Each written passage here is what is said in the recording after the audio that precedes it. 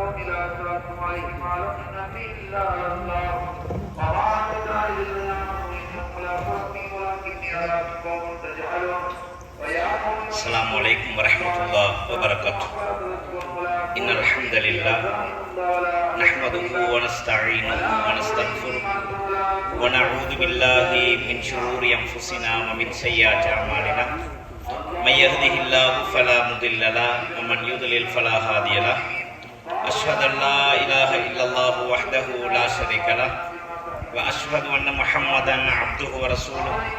اللهم صل على محمد وعلى آل محمد كما صليت على إبراهيم وعلى آل إبراهيم إنك حميد مجيد. اللهم بارك على محمد وعلى آل محمد كما باركت على إبراهيم وعلى آل إبراهيم إنك حميد مجيد. يا أيها الذين آمنوا اتقوا الله حق تقاته ولا تموتن إلا وأنتم مسلمون. يا أيها الناس اتقوا ربكم الذي خلقكم من نفس واحدة وخلق منها زوجها وبث منهما رجالا كثيرا ونساء واتقوا الله الذي تساءلون به والأرحام إن الله كان عليكم رقيبا. يا أيها الذين آمنوا اتقوا الله وقولوا قولا سديدا يصلح لكم أعمالكم ويغفر لكم ذنوبكم ومن يطع الله ورسوله فقد فاز فوزا عظيما. أما بعد فإن أصدق الحديث كتاب الله وخير الهدي هدي محمد صلى الله عليه وسلم وشر الأمور محدثاتها وكل محدثة بدعة وكل بدعة ضلالة وكل ضلالة في النار. அன்புக்குரிய இஸ்லாமிய சகோதரர்களே சகோதரிகளே, இந்த ரமலானின் தொடருரையிலே இன்றைய உரையாக நாம் இஸ்லாம் கூறும் சகோதரத்துவம் என்ற தலைப்பின் கீழால் அல்லாஹு தஆலாவுடைய அல் குர்ஆன் வசனங்களிலிருந்தும் நபிகளார் ஸல்லல்லாஹு அலைஹி வஸல்லம் அவர்களுடைய போதனைகளிலிருந்தும் உள்ள ஒரு சில விடயங்களை இந்த உரையிலே உங்களோடு பகிர்ந்து கொள்ள ஆசைப்படுகின்றேன். அன்பான இஸ்லாமிய சகோதரர்களே, அல்லாஹு தஆலா இந்த மனித சமூகத்தை படைத்து அவர்கள் இந்த உலகத்திலே அவனுடைய கட்டளைப்படி வாழ வேண்டும் என்று அவன் எதிர்பார்க்கின்றான். மனிதர்களுடைய வாழ்வதற்கான பல கட்டளைகளையும் பல வழிகாட்டல்களையும் அல்லாஹு தஆலா அவனுடைய திருமறை மூலமும் அவனுடைய தூதர் ஸல்லல்லாஹு அலைஹி வஸல்லம் அவர்கள் மூலமாகவும் நமக்கு வழிகாட்டிக் கொண்டிருப்பதை நாங்கள் பார்க்கிறோம். அந்த அடிப்படையிலே நாம் அனைவரும் சகோதரர்களாக ஒன்றுபட்டு ஒற்றுமையாக இந்த உலகத்தில் வாழ வேண்டும் என்று அல்லாஹு தஆலா எதிர்பார்க்கிறான். நம்முடைய ஒற்றுமை என்பது எல்லோரோடும் எப்படி உடன் பிறந்த சகோதரர்கள் ஒற்றுமையாக இருக்கிறோமோ அது போன்றுதான் ஏனைய இஸ்லாமிய சகோதரர்களோடும் ஒற்றுமையாக அன்பாக பரஸ்பரமாக இருந்து கொள்ள வேண்டும் என்று அல்லாஹு தஆலா பணிக்கிறான். நம்முடைய வாழ்க்கையில் பல பிரச்சனைகள் ஏற்படலாம், பல முரண்பாடுகள் நமக்கு மத்தியில் ஏற்படலாம். இப்படியான சூழல்களில் கூட நாம் ஒருவரை ஒருவர் விட்டுக் கொடுக்காமல், மற்றவரை குறை கூறி தெரியாமல், மற்றவருக்கு மோசமான பெயர்கள் சொல்லி அழைக்காதே ஒன்றுபட்டு ஒற்றுமையாக வாழுங்கள், பரஸ்பரமாக இருங்கள் என்று அல்லாஹு தஆலா அல் குர்ஆனில் நமக்கு சொல்லி காண்பிக்கிறான். சூரத்துல் ஹுஜராத்திலே அல்லாஹ் தொடராக சில வசனங்களில் இந்த செய்தியை நமக்கு சொல்லுகிறான். இன்னமல் முஃமினூன இஹ்வத்துன், மூமின்கள் எல்லோரும் சகோதரர்கள் ஆவார்கள். ஃபஅஸ்லிஹு பைன அஹவைக்கும், உங்கள் சகோதரர்களுக்கு மத்தியிலே சச்சரவுகள் பிணக்குகள் ஏற்பட்டால் அவர்களுக்கு மத்தியில் சீர்திருத்தம் பண்ணுங்கள் என்று அல்லாஹ் சொல்லுகிறான். ஏதோ ஒரு காரணத்தினால் முரண்பாடுகள் நமக்குள் வந்துவிட்டால், இரண்டு முஸ்லிம்களுக்கு இடையில் சகோதரர்களுக்கு இடையில் ஏதாவது முரண்பாடுகள் தோன்றிவிட்டால் மற்றவர்கள் என்ன செய்ய வேண்டும்? அவர்களை சீர்திருத்த வேண்டும். அவர்களுடைய பிரச்சனையிலிருந்து அவர்களை சுமூகப்படுத்தி அவர்களை தீர்த்து வைக்க வேண்டும். இது முஸ்லிம்களுடைய கடமை என்று அல்லாஹ் தஆலா சொல்லி காண்பித்து விட்டு வத்தகுல்லாஹ், அல்லாஹ்வை நீங்கள் பயந்து கொள்ளுங்கள் என்று அல்லாஹ் சொல்லுகிறான். அப்ப இதற்கு முன்னால் அல்லாஹ் என்ன சொல்லுகிறான்? மூமின்கள் எல்லாம் சகோதரர்களாக இருந்து கொள்ளுங்கள். யாருக்காவது இரண்டு பேருக்கு மத்தியில் ஏதோ ஒரு பிரச்சனை வந்து விட்டாலும் அந்த பிரச்சனையை சமாதானம் படுத்தி சீர்படுத்தி வையுங்கள். இந்த விடயத்திலே நீங்கள் அல்லாஹ்வை பயந்து கொள்ளுங்கள் என்று அல்லாஹ் தஆலா சொல்லுகிறான். லஅல்லக்கும் துர்ஹமூன், நீங்கள் அல்லாஹ்வை பயந்து ஒன்றுபட்டு அதே போன்று ஒற்றுமையாக வாழுவீர்களாக இருந்தால் லஅல்லக்கும் துர்ஹமூன், அல்லாஹ் தஆலா உங்களுக்கு கிருபை செய்வான் என்று சொல்லுகிறான். அதே போன்று அல்லாஹ் சொல்லுகிறான் மேலும், யா அய்யுஹல்லதீன ஆமனு, இறை நம்பிக்கையாளர்களே, லா யஸ்ஹர் கௌமுன் அன் கௌமின், ஒரு கூட்டம் இன்னொரு கூட்டத்தை பரிகாசம் செய்ய வேண்டாம். உங்களில் ஒரு கூட்டம் இன்னொரு கூட்டத்தை நீங்கள் பரிகாசம் செய்ய வேண்டாம், அவர்களை இழிவுபடுத்த வேண்டாம். அஸா அய்யகூனு கைரன் மின்ஹும், ஒருவேளை இழிவுபடுத்தக்கூடிய நீங்கள் இழிவுபடுத்தப்படுபவர்களை விட, அதாவது இழிவுபடுத்துகின்ற உங்களை விட இழிவுபடுத்தப்படக்கூடியவர்கள் சிறந்தவர்களாக அல்லாஹ்விடம் இருக்கலாம் என்று அல்லாஹ் சொல்லுகிறான். அதே போன்று வலா நிசாஉன் மின் நிசா, எந்த ஒரு பெண்களும் மற்றைய பெண்களை இழிவுபடுத்த வேண்டாம். ஏனென்றால் அஸா அய்யகுன்ன கைரன் மின்ஹுன்ன, அந்த இழிவுபடுத்தப்படக்கூடிய பெண்கள் இழிவுபடுத்துகின்ற பெண்களை விட அல்லாஹ்விடத்திலே சிறந்தவர்களாக இருக்கக்கூடும் என்று அல்லாஹ் சொல்லுகிறான். நம்முடைய பார்வையிலே தவறாக விளங்குகின்ற ஒரு காரியம் அல்லது ஏதோ ஒரு காரணத்தை வைத்து நாம் சிலரை இழிவுபடுத்துவோம். ஆனால் நம்மை விட நல்ல பண்பாடுகளும் நம்மை விட அல்லாஹ்வுக்கு விருப்பமான செயல்களும் அவர்களிடத்திலே இருக்கலாம். எனவே யாரையும் நீங்கள் குறை கூற வேண்டாம். குறை கூறுகின்ற உங்களை விட அந்த குறை கூறப்படக்கூடியவர்கள் என்ன செய்யலாம்? அல்லாஹ்விடத்திலே விருப்பத்துக்குரியவர்களாக கூட இருக்கலாம் என்று அல்லாஹ் தஆலா சொல்லி, எவரையும் உங்களுக்கு மத்தியில் குறை கூற வேண்டாம் என்று அல்லாஹ் சொல்லுகிறான். அதே போன்று வலா தல்மிசு அன்ஃபுஸக்கும், இழிவாக உங்களை நீங்கள் அழைத்துக் கொள்ள வேண்டாம். நமக்கு மத்தியில் இருப்பவர்களை அவர்களுடைய தொழிலை சொல்லி, அவர்களுடைய குடும்ப வம்சத்தை சொல்லி அவர்களை இழிவுபடுத்தி நாங்கள் பேசக்கூடாது என்று அல்லாஹ் சொல்லுகிறான். யாரையும் அவ்வாறு இழிவுபடுத்தி நீங்கள் பேச வேண்டாம். வலா தனாபஸு பில் அல்காப், மோசமான பட்ட பெயர்களை கொண்டு நீங்கள் அவர்களை அழைக்க வேண்டாம் என்று அல்லாஹ் சொல்லுகிறான். சிலருக்கு பட்ட பெயர்கள் தான் அறிமுகமாக கூட இருக்கும் அளவுக்கு நாம் அவர்களுக்கு பட்ட பெயர்களை சூட்டி விடுகிறோம். பட்ட பெயர் என்பது புகழப்படக்கூடிய பெயராக இருந்தால், அதை அவர்கள் சொல்லுவதை விரும்புவார்கள் என்று இருந்தால் அது குற்றம் கிடையாது. ஆனால் எந்த பெயரை சொன்னால் விரும்ப மாட்டார்களோ, எந்த குணத்தை சொல்லி நாம் அழைத்தால் அவர்கள், எந்த பண்பை சொல்லி அழைத்தால் அவர்கள் விரும்ப மாட்டார்களோ, அப்படியான மோசமான பண்புகளை சொல்லி நீங்கள் பட்ட பெயர்களை சொல்லி மற்றவர்களை நீங்கள் அழைக்க வேண்டாம் என்று அல்லாஹ் சொல்லுகிறான். வியசல் இஸ்மில் ஃபுசூக் பஅதல் ஈமான், நம்பிக்கை கொண்டதற்கு பின்னரும் மற்றவர்களை இழிவான பட்ட பெயர்களை சொல்லி நீங்கள் அழைப்பது மிகவும் கெட்டதாகும் என்று அல்லாஹ் சொல்லுகிறான்.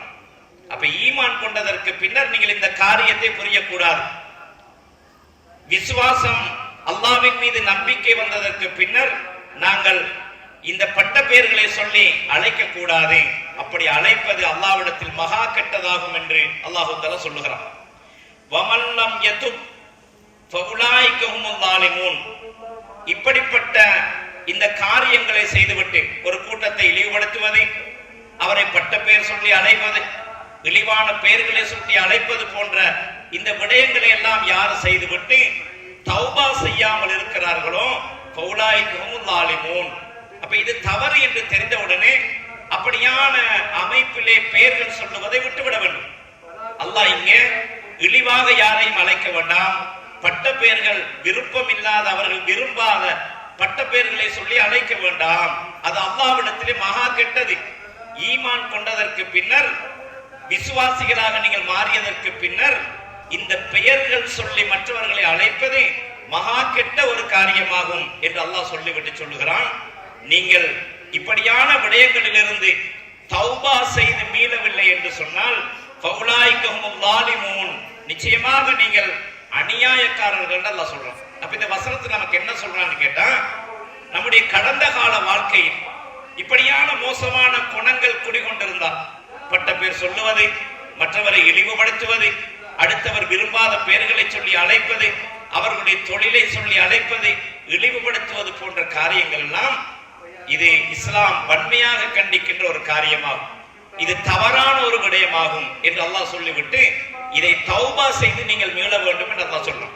இப்படியான காரியங்கள் செய்திருந்தால், அடுத்தவருடைய மனதை புண்படுத்தி இருந்தால், இப்படியான பெயர்களை சொல்லி அவர்களை இழிவுபடுத்தி இருந்தால் நாம் என்ன செய்ய வேண்டும்? தௌபா செய்து மீள வேண்டும். அப்படி நீங்கள் தௌபா செய்து மீளவில்லை என்றால் நிச்சயமாக நீங்கள் லாலிமூன், அநியாயக்காரர்கள் என்று அல்லாஹ் தஆலா சொல்லுகிறான். அநியாயக்காரர்களாக இருந்தால் நாம் செய்த அநியாயங்களை நிச்சயமாக அல்லாஹ் மறுமையில் நம்மிடம் விசாரணை நடத்துவான் என்பதில் எந்த விதமான சந்தேகமும் கிடையாது. அதே போன்று அல்லாஹ் சொல்லுகிறான், யா அய்யுஹல்லதீன ஆமனு, இறை நம்பிக்கையாளர்களே, இஜ்தனிபு கஸீரம் மினல் தன்னி, அதிகமான எண்ணங்களை நீங்கள் தவிர்த்து கொள்ளுங்கள். மற்றவர்களை பற்றி தவறாக நீங்கள் எண்ணம் கொள்ளுவதை தவிர்த்து கொள்ளுங்கள். இவர் ஏன் அங்கு நிற்கிறார், எதற்காக இந்த இடத்தில் நிற்கிறார், ஏன் அடிக்கடி அங்கு போகிறார், என்ன காரணமாக இருக்கும் என்றெல்லாம் தவறான எண்ணம் கொள்ளுவதை நீங்கள் தவிர்த்து கொள்ளுங்கள். அல்லாஹ் சொல்லுகிறான், இஜ்தனிபு கஸீரம் மினல் தன்னி, மற்றவர்களை பற்றி தப்பான எண்ணங்களை உள்ளத்திலே நீங்கள் கொண்டு வருவதை தவிர்த்துக் கொள்ளுங்கள். இன்ன பாதல் லன்னி இஸ்முன், நிச்சயமாக எண்ணங்களில் சிலது பாவமாகும் என்று அல்லாஹ் சொல்கிறான். அப்படி நீங்கள் எண்ணுவது, தவறாக அவர்களை பற்றி சிந்திப்பது, அது பாவமான காரியமாகும் என்று சொல்லிவிட்டு அல்லாஹ் சொல்கிறான், வலா தஜஸ்ஸு, மற்றவர்களுடைய குறைகளை நீங்கள் துருவி துருவி தேடாதீர்கள். அடுத்தவருடைய குறைகளை நீங்கள் தேடாதீர்கள். வலா யகத்த பாலுக்கும் பாலா, மற்றவர்களின் குறைகளை அடுத்தவர்களிடத்திலே சொல்லி தெரியாதீர்கள் என்று அல்லாஹ் சொல்கிறான். ரெண்டு விஷயத்தையும் அல்லாஹ் கண்டிக்கிறான். ஒன்று, ஒருவர் என்ன செய்கிறார் என்று அவரை துருவி துருவி தேடுவது, அவருடைய பக்கத்திலே உள்ளவர்களிடத்திலே துருவி துருவி விசாரிப்பது, இது போன்ற காரியங்களை செய்யாதீர்கள். அடுத்தவர்கள் மீது தப்பான எண்ணம் கொண்டு அவர்களுடைய விடயங்களை நீங்கள் துருவி ஆராயாதீர்கள். அதே போன்று அடுத்தவர்களுடைய குறைகளை நீங்கள் என்ன செய்யாதீங்க, மற்றவர்கிட்ட பேசி தெரியாதீங்க அல்லாஹ் சொல்றான். அன்பு சகோதரர்களே, ஒரு மனிதனுடைய மானம் மரியாதை ரசூல் ஸல்லல்லாஹு அலைஹி வஸல்லம் அவர்கள் தன்னுடைய இறுதி ஹஜ்ஜிலே வைத்து உலக முஸ்லிம்களுக்கெல்லாம் சேர்த்து ஒரு உபதேசம் செய்தார்கள். அந்த உபதேசத்தின் இறுதியிலே அல்லாஹ்வுடைய தூதர் ஒரே ஒரு ஹஜ்ஜி செய்தார்கள். அந்த ஹஜ்ஜினுடைய இறுதியிலே அரஃபா மைதானத்தில் வைத்து குதிரை ஒட்டகை மீதிருந்து ரசூலுல்லாஹ் அந்த சஹாபாக்களுக்கு ஒரு உரை நடத்தினார்கள். அந்த உரையின் பொழுது இறுதியிலே சொன்னார்கள், யாரெல்லாம் இங்கு வராமல் இருக்கிறார்களோ அவர்களுக்கெல்லாம் இந்த தகவல்களை நீங்கள் எத்தி வைக்க வேண்டும் என்று சொன்னார்கள். அப்படின்னா என்ன அர்த்தம்? இது எல்லா முஸ்லிம்களுக்கும், உலகம் அழியும் வரைக்கும் வாழுகின்ற எல்லா முஸ்லிம்களுக்குமாக ரசூலுல்லாஹ் செய்த ஒரு உபதேசம். அந்த உபதேசத்தில் என்ன சொல்லுகிறார்கள் என்றால், சஹாபாக்களிடத்திலே கேட்கிறார்கள், இந்த நாள் என்ன நாள், இந்த மாதம் என்ன மாதம், இந்த இடம் என்ன இடம் என்று ரசூலுல்லாஹ் அந்த சஹாபாக்களிடத்திலே கேட்கிறார்கள். எதற்காக இந்த கேள்வியை கேட்டார்கள் என்றால், அந்த புனிதத்தை அவர்களுடைய உள்ளத்தில் ஏற்படுத்துவதற்காக. இது என்ன நாள்? அரஃபாவுடைய நாள், ஜுல்ஹஜ் மாதம், இடம் புனிதமான அரஃபா மைதானம். இதை அந்த சஹாபாக்களுக்கு சொல்லி, எப்படி இந்த நிகழ்வுகள் புனிதமானதோ அது போன்றுதான் உங்களுக்கு மத்தியிலே ஒரு மூமினுடைய மானம் கண்ணியமானது. எப்படி அந்த மைதானம், அரஃபா மைதானம் கண்ணியமானதோ, அந்த துல்ஹஜ் மாதம் அல்லாஹ்விடத்தில் மகிமைக்குரியதோ, அது போன்று ஒரு முஸ்லிமுடைய மானம் மரியாதைக்குரியது, அல்லாஹ்விடத்திலே கண்ணியத்துக்குரியது. எனவே ஒரு முஸ்லிமுடைய மானத்தை நீங்கள் பங்கப்படுத்த கூடாது என்று ஸல்லல்லாஹு அலைஹி வஸல்லம் அவர்கள் அந்த மைதானத்திலிருந்து சஹாபாக்கள் அத்தனை பேருக்கும் உபதேசம் செய்துவிட்டு சொன்னார்கள், வந்திருக்கின்ற நீங்கள் இந்த இடத்துக்கு வராத அத்தனை பேருக்கும் நீங்கள் என்ன செய்ய வேண்டும், இதை எத்தி வைக்க வேண்டும் என்று சொன்னார்கள். எனவே இது ஒரு முக்கியமான விடயம். ஒரு முஸ்லிமுடைய மானத்தை நாங்கள் பங்கப்படுத்த கூடாது என்பதை அல்லாஹ்வுடைய தூதர் சொல்லுகிறார்கள். நமக்கு கோபதாபம் வரலாம், முரண்பாடுகள் ஏற்படலாம், அதற்காக ஒரு மனிதனுடைய குறைகளை நாங்கள் பேசக்கூடாது. ரசூல் ஸல்லல்லாஹு அலைஹி வஸல்லம் சொன்னார்கள், மன் சதர முஸ்லிமன் சதரஹுல்லாஹு ஃபித் துன்யா வல் ஆখিরা. ஒரு மனிதனுடைய, ஒரு முஸ்லிமுடைய குறையை யார் மறைப்பானோ அல்லாஹு தஆலா அவனுடைய குறையை உலகத்திலும் மறைக்கிறான், மறுமையிலும் மறைக்கிறான். இந்த நபிமொழி நமக்கெல்லாம் தெரியும். ஒரு மனிதனுடைய குறையை நம்முடைய பார்வைக்கு எட்டிவிட்டது, அல்லது அவனுடைய ரகசியம் நமக்கு தெரிந்து விட்டது, அதை நாங்கள் மானபங்கப்படுத்தக் கூடாது, அதை மறைத்துக் கொள்ள வேண்டும் என்று இஸ்லாம் சொல்லுகிறது. அதை மறைத்தால் உங்களுடைய குறைகளை இந்த உலகத்திலும் மறுமையிலும் அல்லாஹ் மறைப்பான் என்று அல்லாஹ் சொல்றான். அப்ப உலகத்தில் இந்த மக்களுக்கு தெரியாம மறைக்கிற மட்டும் கிடையாது, மறுமையில முழு சமூகமுமே எழுப்பப்பட்டு மகசர்ல நிற்கின்ற பொழுது உங்களுடைய குறைகள் அந்த மக்கள் முன்னிலையில் வெளியாகாமல் அல்லாஹ் பாதுகாக்கிறான். எவ்வளவு பெரிய ஒரு மகிமைக்குரிய விடயம் என்று பாருங்கள், எவ்வளவு தேவையான விடயம் என்று பாருங்கள். அதை நாங்கள் கண்டுகொள்ளாமல் உலகத்திலே ஏதோ ஒரு முரண்பாடு வந்துவிட்டால் நண்பர்களாக பழகுகிறோம், நண்பர்களாக நாம் பழகுவோம். நண்பனாக பழகுகின்ற பொழுது ஒருவரை ஒருவர் நம்புகிறோம், ஒருவரை ஒருவர் நம்பி என்ன செய்கிறோம், தன்னுடைய சொந்த விஷயங்களை நண்பன் என்ற வகை நட்பின் பேரிலே அவருக்கு சொல்லுகிறோம். நம்மை நம்பி சொல்லி விடுகிறார்கள். ஆனால் ஏதோ ஒரு பிரச்சனை வந்துவிட்டால், ஏதோ ஒரு முரண்பாடு வந்துவிட்டால் அந்த மனிதனுடைய குறைகளை எல்லாம் வெளியில் சொல்லி நாம் என்ன செய்கிறோம், மானபங்கப்படுத்துகிறோம். அப்படி இருக்கக்கூடாது என்று அல்லாஹ் தஆலா சொல்லுகிறான். எனவே எண்ணங்களில் அதிகமானது பாவம். மற்றவனை பற்றி தவறான எண்ணம் கொள்ளுவதை தவிர்த்து கொள்ளுங்கள். அடுத்தவர்களுடைய குறைகளை நீங்கள் தேடி தேடி ஆராயாதீர்கள். அல்லாஹ்விடத்திலே துஆ கேட்க வேண்டும். யா அல்லாஹ், என்னுடைய குறைகளை மற்றவர்களுக்கு காட்டி விடாதே, மற்றவர்களுடைய குறைகளை எனக்கு காட்டி விடாதே. இது அல்லாஹ்விடத்தில் நாங்கள் பிரார்த்தனை செய்ய வேண்டும். இந்த மானத்தை, ஒரு மனிதனுடைய மானத்தை போக்குவது என்பது மிகப்பெரிய குற்றம் என்பதை நாங்கள் புரிந்து கொள்ள வேண்டும். அதனால் மனிதனுக்கு முரண்பாடுகள் நிச்சயம் வரும். வாழ்க்கை கணவன் மனைவி இருப்பவர்கள் கூட சில சந்தர்ப்பங்களில் முரண்பட்டுக் கொள்கிறார்கள். அண்ணனும் தம்பியுமாக வாழுகின்ற சிலரிடம் கூட, ஒரே குடும்பத்தில் இருக்கின்ற சகோதரர்களுக்கு கூட என்ன செய்கிறது, பிடிக்காத சில குணம் இருக்கிறது. இப்படியான முரண்பாடுகள் நமக்கு மத்தியில் வரும். என்ன முரண்பாடு வந்தாலும் நாம் என்ன செய்யக்கூடாது, அந்த மனிதனுடைய குறையை வெளியில் பேசக்கூடாது. அன்பு சகோதரர்களே, முரண்பாடு இல்லாமல் எப்படி வாழலாம்? முரண்பாடு வந்துதான் ஆகும். ஆனால் என்ன பிரச்சனை வந்தாலும், பிரிவு வந்தாலும் கூட நாம் ஒருவனுடைய மானத்தை, மறைக்கப்பட வேண்டிய மானங்களை நாங்கள் என்ன செய்யக்கூடாது, பங்கப்படுத்தக் கூடாது என்பதிலே நாம் உறுதியாக இருந்து கொள்ள வேண்டும். ஒற்றுமையாக இருக்க வேண்டும், சகோதரனாக மதிக்க வேண்டும். மேலும் அல்லாஹ் தஆலா சொல்லுகிறான், அய்யுஹிப்பு அஹதுக்கும் அய்யகுல லஹ்ம அஹீஹி மைத்தா. மரணித்து போன, இறந்து போன உன்னுடைய சகோதரனின் மாமிசத்தை நீ உண்ண விரும்புவாயா? அல்லாஹ் கேட்கிறான். மரணித்து போன ஒரு சகோதரன், அந்த மாமிசத்தை நாம் உண்ணுவோமா? உண்ண முடியாது, நீ வெறுப்பாயே. அது போன்றுதான் அவனுடைய குறையை நீ தேடுவதும், அவனுடைய குறைகளை மற்றவர்களிடத்திலே நீ பேசுவதும் இந்த செத்த ஒரு உன்னுடைய சகோதரனின், மரணித்து போன உன் சகோதரனின் உடலை சாப்பிடுவதற்கு சமமானது என்று அல்லாஹ் தஆலா இங்கே சொல்லுகிறான். எனவே சகோதரர்களே, பிரிவுகள், மனிதனுக்கு மத்தியில் முரண்பாடுகள் வரும். ஆனால் நட்போடு இருக்கும் பொழுது, ஒன்றாக பழகுகின்ற பொழுது எவ்வளவு நம்பிக்கையோடு இருந்திருப்போம். சிந்தித்து பாருங்கள். நமக்கு ஏதோ ஒரு பிரச்சனை வந்து விட்டால் அவனை குறை கூறலாமா, அவனை ஒதுக்கி வைக்கலாமா, அவனுடைய மானத்தை வாங்கலாமா? சிந்தித்து பாருங்கள். அதே செய்தி எனக்கு நடந்தால் என்னுடைய நிலைமை எப்படி இருக்குமோ அது போன்றுதான் என் சகோதரனுக்கும் இருக்கும். இப்படி சிந்திக்க வேண்டும். எனவே ஒருவருடைய குறைகளை நாம் தேடக்கூடாது, துருவக்கூடாது, அதை மற்றவர்களிடத்திலே சொல்லக்கூடாது. அப்படி நீ செய்வது உன்னுடைய இறந்து போன சகோதரனின் மாமிசத்தை உண்பதற்கு சமனாகும் என்று அல்லாஹ் தஆலா சொல்லுகிறான். மேலும் அல்லாஹ் சொல்லுகிறான், இன்னல்லாஹ தவ்வாபுர் ரஹீம். நிச்சயமாக அல்லாஹ் தௌபாவை ஏற்பவனும் கருணை உள்ளவனுமாக இருக்கிறான். இந்த வசனத்தை சொல்லிட்டு அதுல கீழே அல்லாஹ் சொல்றான், இன்னல்லாஹ தவ்வாபுர் ரஹீம். அப்ப என்ன அர்த்தம்? இந்த காரியத்தை உன் வாழ்க்கையில செஞ்சிருந்தா, உன் சகோதரனோட குறைகளை நீ மறைக்காம வெளியே சொல்லி இருந்தா, அல்லது இது போன்ற அடுத்தவனின் குறைகளை நீ தேடி இருந்தால் தௌபா செஞ்சு மீண்டுக்கோ. அதுதான் அல்லாஹ் சொல்றான். அதனாலதான் இன்னல்லாஹ தவ்வாபுர் ரஹீம். அல்லாஹ் தௌபா செய்பவரை மன்னிக்க கூடியவனாகவும் கருணை உள்ளவனாகவும் அவன் இருக்கிறான். எனவே மனமுருகி நாம் செய்த தவறுக்காக அல்லாஹ்விடம் தௌபா செய்யும் பொழுது அவன் இரக்கம் உள்ளவன், உன் தௌபாவை ஏற்றுக்கொள்வான் என்று அல்லாஹ் தஆலா இங்கே சொல்லுகிறான். எனவே இப்படியான தவறுகள் நம்முடைய வாழ்க்கையில் நடந்திருந்தால் உரியவர்களிடத்திலே போய் நாங்கள் அந்த விடயங்களை சொல்லி மன்னிப்பு தேட வேண்டும்.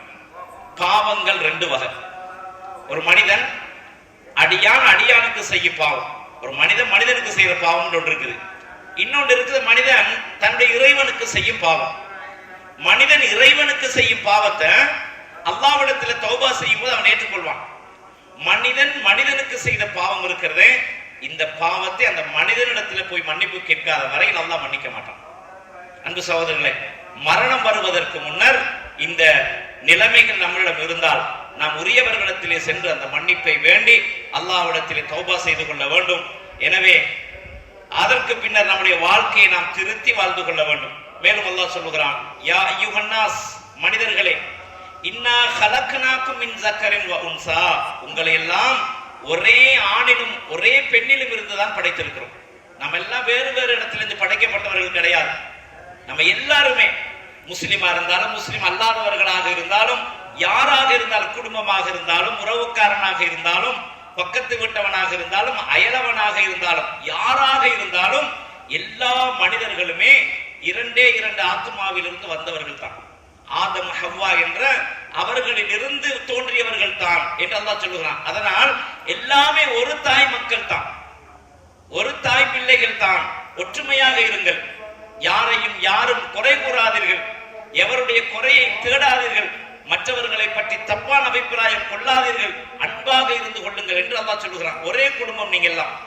அல்லாஹ் எப்படி சொல்றா பாருங்க, நீங்க எல்லாம் ஒரே தாய்க்கும் ஒரே தந்தைக்கும் உள்ளவர்கள், ஆதமுடைய உறவு வழியில் வந்தவர்கள் நாம் எல்லாம் என்ற ஒரு அடிப்படையில் என்ன செய்ய வேண்டும், நாம் எல்லாம் வாழ்ந்து கொள்ள வேண்டும் என்று அல்லாஹ் சொல்லிவிட்டு சொல்லுகிறான்.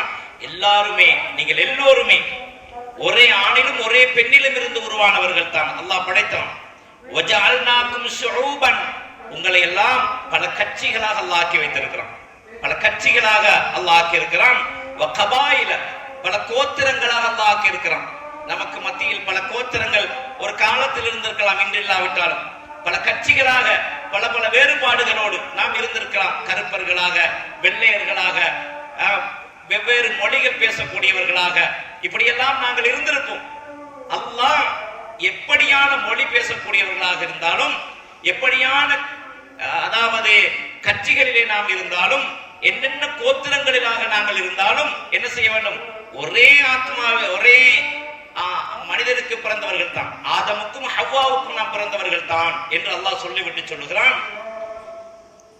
இதெல்லாம் ஏன் இந்த கட்சி வேற்றுமை, வேறு வேறு கோத்திரங்களாக எதற்காக நான் படைத்தேன் என்றால் அல்லாஹ் சொல்லுகிறான், லிதஆரஃபு, உங்களை நீங்கள் அறிந்து கொள்வதற்காக, ஒருவரை ஒருவர் நீங்கள் அறிமுகப்பட்டுக் கொள்வதற்காகத்தான் அல்லாஹ் தஆலா இப்படி படைத்திருக்கிறான் என்று சொல்லிவிட்டு, இன்ன அக்ரமக்கும் இந்தல்லாஹி அத்காக்கும், உங்களிலே சிறந்தவர் யார் தெரியுமா?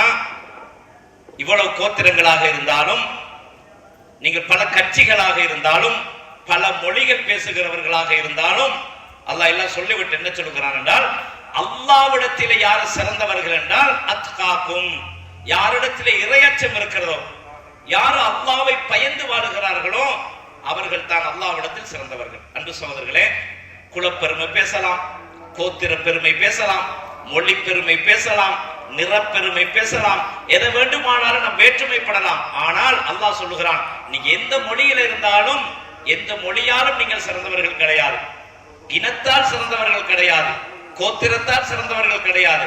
சிறந்தவர்கள் யார் என்றால் அல்லாஹ்வை பயந்து வாழ்பவர்கள், அல்லாஹ்வுடைய கட்டளைகளுக்கு அடிபணிந்து வாழ்பவர்கள் தான் உங்களில் சிறந்தவர்கள் என்று அல்லாஹ் அழகாக சொல்லி காட்டிவிட்டு, வஅதீஉல்லாஹ வ ரசூலஹு, அல்லாஹ்வுக்கும் அவருடைய தூதருக்கும் நீங்கள் வழிபடுங்கள், எல்லோரும் அல்லாஹ்வுக்கும் தூதருக்கும் கட்டுப்படுங்கள் சொல்லிவிட்டு அல்லாஹ் சொல்லுகிறான், வலா தனாஸா, பிரிவினை கொள்ளாதீர்கள், ஆளுக்கால் பிணக்குப்பட்டு கருத்து வேறுபாடு கொண்டு பிரியாதீர்கள். வலா தனாஸா, பிரியாதீர்கள். அப்படி பிரிந்தால் ஃபதஃஷலு வதத்ஹப ரீஹுக்கும், பிரிவினை பெறுவதனால் உங்களுடைய பலத்தை இழந்து விடுவீர்கள், உங்களுடைய சக்தி எல்லாம் போய்விடும் என்று அல்லாஹ் சொல்லுகிறான். அன்பு சகோதரர்களே, நாம் இன்று பிரிவுபட்டுத்தான் வாழுகிறோம். நமக்குள்ளே பல பிரிவுகள், சின்ன சின்ன பிரச்சனைகளுக்காக நாம் பிரிந்து கொள்கிறோம், சின்ன சின்ன கருத்து மோதல்களுக்காக நாம் பிரிந்து கொள்கிறோம். ஒருவரை ஒருவர் பிரிந்து, அவர் வேறு நான் வேறு, அவர் வேறு கொள்கை நான் வேறு கொள்கை, அவர் வேற மதுகம் நான் வேற மதுகம், இப்படியான அதாவது வேற்றுமைகளை நமக்குள் காட்டி, ஒருவரை ஒருவர் குறை கூறி, ஒருவருக்கு பின்னால் ஒருவர் தொழுவதில்லை, இப்படியான நிலைமைகளுக்கு நாம் மாறி இருக்கிறோம். இந்த வேற்றுமை நம்மிடம் இருக்கக்கூடாது. நாம் எல்லாம் ஒன்றுபட வேண்டும், ஒற்றுமைப்பட வேண்டும். எல்லோரும் சேர்ந்து அல்லாஹ்வினுடைய அல் குர்ஆனை பற்றி பிடிக்க வேண்டும். வஅதஸிமு பிஹப்லில்லாஹி ஜமீஆ வலா தஃபர்ரகு. அல்லாஹ் சொல்லுகிறான், வஅதஸிமு பிஹப்லில்லாஹ், அல்லாஹ்வின் கயிறென்னும் அந்த அல் குர்ஆனை நீங்கள் பற்றி பிடியுங்கள். வலா தஃபர்ரகு, அதிலே நீங்கள் பிரியாதீர்கள். குர்ஆனை கையில் எடுத்து ஏன் பிரிய வேண்டும்? அல் குர்ஆனில் உள்ள வாக்கியங்களை, அல் குர்ஆனிய வசனங்களை படித்து நமக்குள் பிரியக்கூடாது. நாம் எல்லோரும் அல் குர்ஆனின் ஒளியில் ஒன்றுபட வேண்டும். குர்ஆன் என்ன சொல்லுகிறதோ அதில் ஒன்றுபட வேண்டும். நமக்குள் வேற்றுமை வரக்கூடாது, நமக்குள் குலப்பெருமை வரக்கூடாது, நமக்குள் மதுஹப் வெறி வரக்கூடாது. நாம் எல்லாம் முஸ்லிம்கள். அல்லாஹ் முஸ்லிம்களுக்கு முழு சமுதாயத்துக்கும் இறக்கிய வேதம் தான் அல் குர்ஆன். அந்த அல் குர்ஆன் என்ன சொல்லுகிறது என்றால் ஒற்றுமைப்படுங்கள் என்றுதான் சொல்லுகிறது.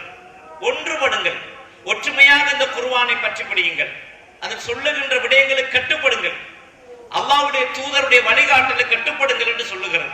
அன்பு சகோதரர்களே, நாம் வேற்றுமைப்படுகிறோம், ஒருவரை ஒருவர் நாம் பிரிந்து விடுகின்றோம். இந்த பிரிவினை இஸ்லாம் ஆதரிக்கவில்லை. அன்பு சகோதரர்களே, கசப்பாக இருந்தாலும் சில செய்திகளை சொல்லியாக வேண்டும். இந்த பிரிவுகள் எல்லாம் ஏன் ஏற்படுகிறது? எதனால் இந்த பிரிவு ஏற்படுகிறது என்றால் ஒரு அக்கீதாவில் உள்ள முரண்பாடு கிடையாது. எதை நம்ப வேண்டுமோ அந்த நம்பிக்கையை மறுப்பதனால் நமக்குள் பிரிவினை கிடையாது. பிரிவினை என்னவென்றால் சில மசாலாக்கள், சில மசாலாக்கள், ஃபிக்ஹுடைய மசாலாக்களில் சில கருத்து வேறுபாடுகள் உருவாகியதனால் நாம் பிரிகிறோம். இந்த இடத்தில் நாம் இதை புரிந்து கொள்ள வேண்டும். ஒற்றுமை என்ற தலைப்பாக இருந்தாலும், சகோதரத்துவம் என்ற தலைப்பாக இருந்தாலும், இன்று பெரும்பாலும் நாம் பிரிந்திருப்பதன் காரணம் என்னவென்றால் இந்த மதுஹபுடைய வெறித்தனம் தான். நான் அந்த மதுஹப், நீ இந்த மதுஹப், நீ அந்த கொள்கை, நான் இந்த கொள்கை என்ற போக்குதான் நம்மை பிரித்து வைத்திருக்கிறது. அன்பு சகோதரர்களே, இந்த கருத்து வேறுபாடு ஏன் மார்க்கத்தில் உண்டாகுகிறது என்பதை நாங்கள் புரிந்து கொள்ள வேண்டும். மார்க்கத்தில் ஏன் கருத்து வேறுபாடு? உதாரணமாக ஒரு வுது என்ற ஒரு சப்ஜெக்ட், ஒரு பகுதியை நீங்கள் எடுத்துக்கொண்டால், வாய் கொப்பளிப்பது சுன்னா என்பது ஃபர்லா, கருத்து வேறுபாடு. ஒரு பகுதியினர் அதை சுன்னா என்று சொல்லுகிறது ஒரு மதுஹப், இன்னொரு மதுஹப் அதை ஃபர்லு என்று சொல்லுகிறது. அன்பு சகோதரர்களே, இந்த கருத்து வேறுபாடு ஏன் உண்டாகுகிறது என்றால் அதற்கு பல காரணங்கள் இருக்கின்றன. மதுஹபுகள் உருவானதற்கு பல காரணங்கள் இருக்கின்றன. அந்த காரணங்களை நாங்கள் சரியாக புரிந்து கொண்டால் நமக்குள் வேற்றுமை வரமாட்டாது, நமக்குள் பிரிவினை வரமாட்டாது. நாம் எல்லோரும் முஸ்லிம்கள் என்ற அடிப்படையில் நாங்கள் வாழ்ந்து கொள்வோம். என்ன கருத்து வேறுபாடு தெரியுமா? அன்று அந்த கருத்து வேறுபாடுகள் உருவான அறிஞர்களிடத்தில் வேற்றுமை இருக்கவில்லை. அவர்கள் ஒற்றுமையாக இருந்தார்கள் என்று பார்க்கிறோம், அவர்கள் ஒன்றுபட்டிருந்தார்கள் என்று பார்க்கிறோம். எனவே அன்பு சகோதரர்களே, இந்த சின்ன விடயங்களை வைத்து நாங்கள் பிரிவினைப்படக்கூடாது. அதைத்தான் அல்லாஹ் சொல்றான், வலா தனாஸு, நீங்கள் கருத்து வேறுபாடு கொண்டு பிரியாதீர்கள், பிணக்குப்படாதீர்கள். ஃபதஃப்ஸலு ஃபதத்ஹப ரீஹுக்கும், அவ்வாறு நீங்கள் செய்வதனால் உங்களுடைய பலம் போய்விடும், உங்களுடைய சக்தி எல்லாம் இழந்துவிடும். எனவே வஸ்பிரு, பொறுமையாக இருங்கள். இது அல்லாஹ் சொல்லுகின்ற வழிகாட்டு. பொறுமையாக இருங்கள். சின்ன பிரச்சனை வரும், அந்த சின்ன ஒரு காரியத்துக்காக அவனை விரட்டி விடக்கூடாது, அந்த கொள்கையை விட்டு வெளியே போடக்கூடாது, அவனை துரத்துவதற்கு முயற்சி செய்யக்கூடாது. ஃபஸ்பிரு, பொறுமையாக இருங்கள் என்று அல்லாஹ் சொல்லுகிறான். இன்னல்லாஹ மஅஸ்ஸாபிரீன், நிச்சயமாக அல்லாஹ் பொறுமையாளர்களோடு இருக்கிறான். அன்பு சகோதரர்களே, மார்க்கத்தினுடைய விடயங்களை பொறுத்த மட்டிலே சில கருத்து வேறுபாடுகள் ஏன் உண்டாகுகிறது என்று பார்த்தால் அது மார்க்கத்தை புரிவதிலும், சில மார்க்க சம்பந்தமாக வந்திருக்கிற சில ஹதீசுகளை விளங்குவதிலும் ஏற்பட்ட ஒரு பிளவுதான். என்ன பிரச்சனை என்றால், ஒரு நபிமொழி வந்திருக்கும். உதாரணமாக அந்த நபிமொழி ஒரு செய்தியை சொல்லும். அந்த நபிமொழியை இது என்ன கருத்து என்று புரிவதிலே அறிஞர்களுக்கு கருத்து வேறுபாடு இருக்கும். அல்லது சில அறிஞர்களுக்கு சில ஹதீசுகள் கிடைத்திருக்காது. அதை விளங்குவதென்றால், வுதுவுடைய செய்தியை முன்னால் நான் சொன்னேன். அந்த வுதுவை முறிக்கக்கூடிய காரியங்களில் ஒன்று பெண்ணை தொடுவது. ஒரு மனிதன் பெண்ணை தொட்டால் வுது முறியும் என்பது ஷாஃபி மதுஹபுடைய கருத்து. ஏன் இந்த இமாம் ஷாஃபி அந்த கருத்தை சொன்னார் என்பதை நான் பார்க்க வேண்டும். இப்ப நாம் என்ன சொல்லுவோம்? பெண்ணை தொட்டா வுது முறியாது. அதுக்கு என்ன ஆதாரம் இருக்குது? என்ன ஆதாரம்? நபி ஸல்லல்லாஹு அலைஹி வஸல்லம் ஒரு நாள் தொழுது கொண்டிருக்கிறார்கள். ரசூலுல்லாஹ்வின் மனைவி அந்த வீட்டிலே குறுக்க தூங்குகிறார்கள். ரசூலுல்லாஹ் சுஜூது செய்யும் பொழுது ஆயிஷா ரலியல்லாஹு அன்ஹா தூக்குறார். ரசூல் ஸல்லல்லாஹு அலைஹி வஸல்லம் சுஜூது செய்யும் பொழுது அவர்களுடைய காலை கிள்ளுகிறார்கள். ஆயிஷா ரலியல்லாஹு காலை ஒதுக்குகிறார்கள். பின்னர் சுஜூது செஞ்சு எழுந்த பின்னால் மீளுகிறார்கள். இப்ப நாங்க என்ன சொல்லுவோம்? தொழுகையில ரசூலுல்லாஹ் ஆயிஷா காலை என்ன செஞ்சிருக்கிறாங்க? கிள்ளி இருக்கிறாங்க. அப்ப வுது முறியுமா இல்லையா? முறியும்ன்றது ஆயிஷா தொட்டா முறியும். இதே போல இன்னொரு ஹதீஸும் இருக்குது. முஸ்லிம்ல வரக்கூடிய செய்தி என்னன்னு கேட்டா, நபி ஸல்லல்லாஹு அலைஹி வஸல்லம் அவங்க ஒரு நாள் தூங்கிட்டு இருக்கிறாங்க. இரவு நேரத்துல ஆயிஷா ரலியல்லாஹு அன்ஹா எழுந்து பார்க்கறாங்க, தனக்கு பக்கத்தில் அருகில் தூங்கி கொண்டிருந்த ரசூலுல்லாஹ் காணல. இப்ப ஆயிஷா ரலியல்லாஹு என்ன செய்யறாங்க? ரசூலுல்லாஹ் தேடுறாங்க. கையால தடவி தேடுற நேரம் நபி ஸல்லல்லாஹு அலைஹி வஸல்லம் தொழுகையில இரண்டு கால்களையும் சுஜூதில குத்திய நிலையில் இருக்கிறார்கள். என்னுடைய கை அவர்களுடைய இரண்டு பாதங்களிலும் பட்டது. அப்ப ஆயிஷா ரலியல்லாஹு ரசூலுல்லாஹ் தொழுவும் போது ஆயிஷா ரலியல்லாஹு காலை தொட்டிருக்காங்க. அப்ப வுது முறியணுமே, முறியல. அதனால இந்த ரெண்டு ஹதீஸை வச்சு நம்ம என்ன செய்வோம்? ஒரு பெண்ணை ஆண் தொட்டா வுது முறியாது. பெண்ணை ஆண் தொடக்கூடாது, ஹராம். ஒரு பெண்ணை ஒரு ஆண் தொடக்கூடாது. ஆனா தொடுவதற்கு அனுமதிக்கப்பட்டவங்க இருக்கிறாங்க. தாய், சகோதரிகள், மனைவி, இவங்களை தொட்டா முறியாது, வுது முறியாது. என்ன ஆதாரம்? ஆயிஷா ரலியல்லாஹு ரசூலுல்லாஹ் தொட்டாங்க. ரசூலுல்லாஹ்வை ஆயிஷா ரலியல்லாஹு தொழுவக்குள்ள தொட்டிருக்காங்க. இப்ப ஹதீஸ் இருக்கா இல்லையா? அப்ப இந்த ஹதீஸுக்கு முரணாக ஷாஃபிஈகளுடைய மதுஹபில் எழுதப்பட்டிருக்கு வுது முறி. இப்ப ஏன் எழுதினாங்கன்னு நாங்க பார்க்கணும். அவங்கள ஒரே அடியா எடுத்து அந்த இமாம் கூடாது, அவருக்கு மார்க்கம் தெரியாது, அவங்க எல்லாம் என்ன மதுஹபு, என்ன கொள்கை இது அப்படி சொல்லக்கூடாது. ஆனா இமாம் ஷாஃபி ரஹ்மத்துல்லாஹ் அவர்கள் ஏன் இதை எழுதினார், இந்த ஹதீஸுக்கு முரணாக ஏன் அந்த கருத்தை சொன்னாரு என்று நம்ம பார்க்கணும். இப்ப பார்க்கிற நேரத்துல இமாம் ஷாஃபி ரஹ்மத்துல்லாஹ் அவர்கள் என்ன செய்கிறார்கள் என்றால், அவர்கள் உம்மு என்கிற கிதாப்ல அந்த செய்தி எழுதுறாங்க. என்ன பதிவு செய்யறாங்கன்னு கேட்டா, அவுலாமஸ்துமுன் நிசான்னு குர்ஆன்ல ஒரு வசனம் இருக்கு.